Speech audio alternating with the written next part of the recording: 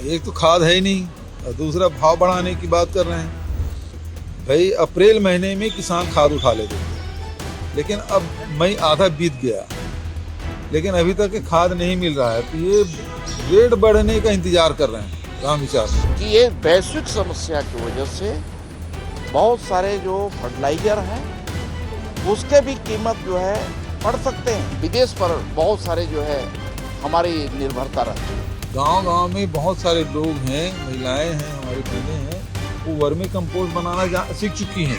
आप अपने घरों में बनाइए।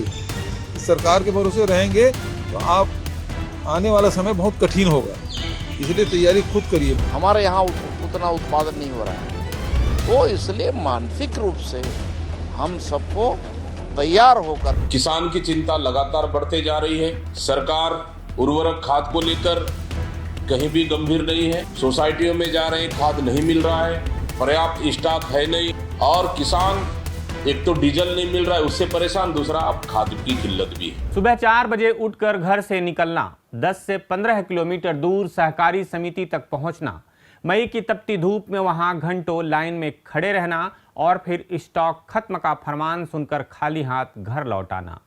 इन दिनों छत्तीसगढ़ के लाखों किसानों की यह रोज की कहानी है। खरीफ सीजन की दस्तक हो चुकी है, खेत जुताई की तैयारी है, धान की नर्सरी डालनी है, बुआई का वक्त नजदीक आ गया है, लेकिन इसके लिए जिस डीएपी और यूरिया की जरूरत है वो किसानों को मिल नहीं रही, और अगर मिल भी रही है तो आधी अधूरी, टोकन के जरिए, किस्तों में, जबकि खेती का काम किस्तों में नहीं होता।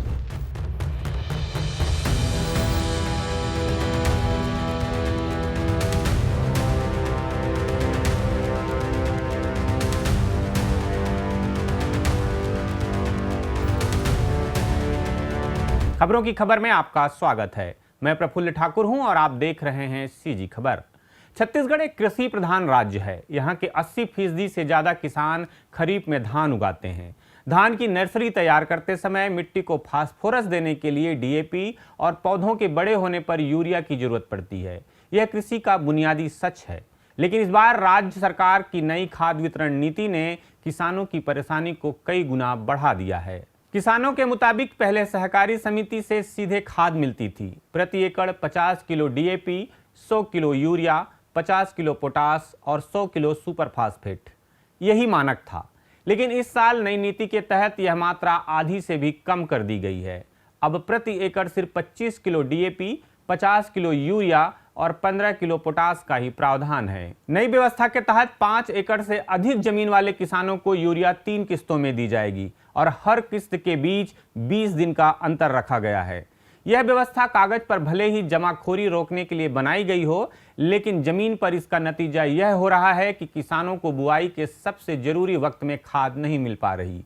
खेती घड़ी देखकर नहीं होती, बारिश आने पर खेत तैयार होना चाहिए, बीज डालना होता है और उसी वक्त खाद भी चाहिए। अगर 20 दिन बाद दूसरी किस्त आएगी तो तब तक का मौसम किसान के हाथ से निकल जाएगा। इसके ऊपर एग्री स्टेक पोर्टल पर अनिवार्य पंजीयन की शर्त ने किसानों की परेशानी को और बढ़ा दिया है। जो किसान पहले समिति जाकर सीधे खाद ले आता था, उसे अब राजस्व विभाग के चक्कर काटने पड़ रहे हैं। पोर्टल पर रजिस्ट्रेशन कराना पड़ रहा है, डिजिटल टोकन का इंतजार करना पड़ रहा है। गांव के बुजुर्ग किसान जिन्होंने कभी स्मार्टफोन नहीं छुआ, वो इस डिजिटल दौड़ में कहां खड़े हैं, यह सोचने वाला कोई नहीं है। गरियाबंद जिले के बेल टुकरी की कृषक सेवा सहकारी समिति में खाद न मिलने पर किसानों का गुस्सा फूट पड़ा। भीषण गर्मी में घंटों लाइन में खड़े रहने के बावजूद जरूरत के मुताबिक खाद नहीं मिली। बेमेतरा में किसानों ने बताया कि पहले प्रति एकड़ 2 से 4 बोरी यूरिया और 2 बोरी डीएपी मिलती थी, अब यह घटाकर 1-1 बोरी कर दी गई है। राजनांदगांव और डोंगरगढ़ के कटली और आसपास की समितियों में किसानों ने खाद की कालाबाजारी के गंभीर आरोप लगाए हैं।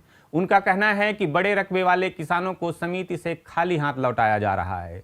महासमुंद और गरियाबंद के सहकारी केंद्रों पर तड़के सुबह से लाइन लगती है, टोकन कटता है, लेकिन कई दिनों तक खाद की डिलीवरी नहीं होती। अंबिकापुर की सहकारी समिति में 5 से अधिक गांव के सैकड़ों किसानों ने हंगामा किया।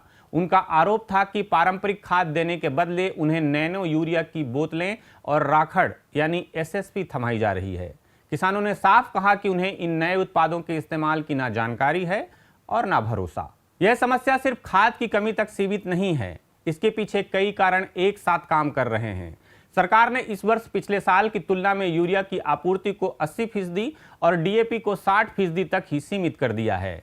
इस कटौती ने सहकारी समितियों में पहले से ही खाद की उपलब्धता कम कर दी। ऊपर से समितियों में फसल ऋण के तौर पर खाद और नकद के अनुपात को भी बदल दिया गया है। पहले किसानों को 40% उर्वरक और 60% नकद मिलता था, अब यह घटाकर 30% उर्वरक और 70% नकद कर दिया गया है। यानी समिति से मिलने वाली खाद की मात्रा अपने आप कम हो गई। एक तरफ सरकारी समितियों में खाद की कमी है और उसी के समानांतर निजी बाजार में खाद आसानी से मिल रही है, लेकिन दोगुने दाम पर। विपक्ष का भी यही आरोप है कि निजी क्षेत्र में खाद आसानी से मिल रही है, जबकि सहकारी समितियों में कमी है। 266 रुपये में मिलने वाली यूरिया 400 से 500 और 1350 रुपये में मिलने वाली डीएपी की एक बोरी 2 से 2,500 रुपये में खुले बाजार में बिक रही है। गरीब किसान के लिए यह बोझ बहुत भारी है। किसान नेताओं ने आरोप लगाया है कि सरकार जानबूझकर खाद वितरण सीमित कर रही है ताकि धान का उत्पादन घटे और उसे कम खरीदी करनी पड़े। उन्होंने मांग की है कि पुरानी व्यवस्था बहाल की जाए और प्रति एकड़ 1 बोरी डीएपी, 2 बोरी यूरिया, 1 बोरी पोटाश और 2 बोरी सुपर फास्फेट उपलब्ध कराया जाए। सारा गांव में किसानों ने जिला कलेक्टर के नाम ज्ञापन भी सौंपा और चेतावनी दी कि अगर स्थिति नहीं सुधरी तो चक्का जाम किया जाएगा। कांग्रेस ने इस मुद्दे पर सरकार को जमकर घेरा है। पूर्व मुख्यमंत्री भूपेश बघेल ने कहा कि एक तरफ किसानों को खाद नहीं मिल रही है और दूसरी ओर सरकार दाम बढ़ाने की तैयारी कर रही है। उन्होंने कहा कि आमतौर पर किसान अप्रैल महीने में ही खाद उठा लेते थे, लेकिन मई आधा बीत जाने के बाद भी किसानों को खाद उपलब्ध नहीं हो पा रही है। भूपेश बघेल ने आरोप लगाया कि कृषि मंत्री रेट बढ़ने का इंतजार कर रहे हैं। उन्होंने किसानों से अपील की कि वे सरकार के भरोसे न रहें और घर पर ही वर्मी कंपोस्ट खाद तैयार करें।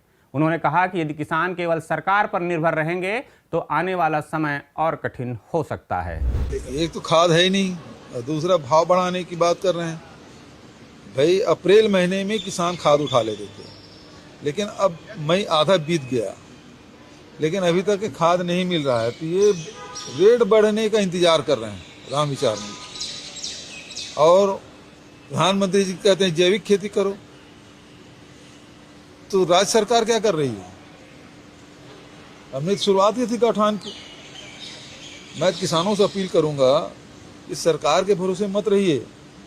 गांव-गांव में बहुत सारे लोग हैं, महिलाएं हैं, हमारी बहनें हैं, वो वर्मी कंपोस्ट बनाना सीख चुकी हैं। आप अपने घरों में बनाइए। इस सरकार के भरोसे रहेंगे तो आप आने वाला समय बहुत कठिन होगा, इसलिए तैयारी खुद करिए। मैं अपील करना चाहता हूँ। प्रदेश कांग्रेस अध्यक्ष दीपक बैज ने भी खाद संकट को लेकर सरकार पर निशाना साधा। उन्होंने कहा कि किसानों की चिंता लगातार बढ़ती जा रही है, लेकिन सरकार इस मुद्दे को लेकर गंभीर नजर नहीं आ रही। किसान सहकारी समितियों और सोसाइटियों के चक्कर लगा रहे हैं, फिर भी उन्हें पर्याप्त मात्रा में खाद नहीं मिल रही है।